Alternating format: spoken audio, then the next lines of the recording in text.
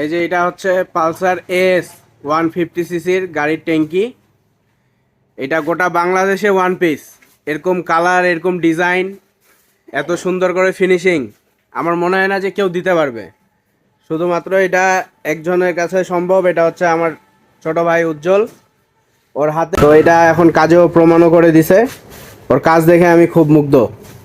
আপনারা যদি কেউ গাড়ির রং করাতে চান বা পালিশ বা হার্ডেনার যে কোনো কিছু কালারের মধ্যে, এই যে চলে আসবেন উজ্জ্বলের কাছে।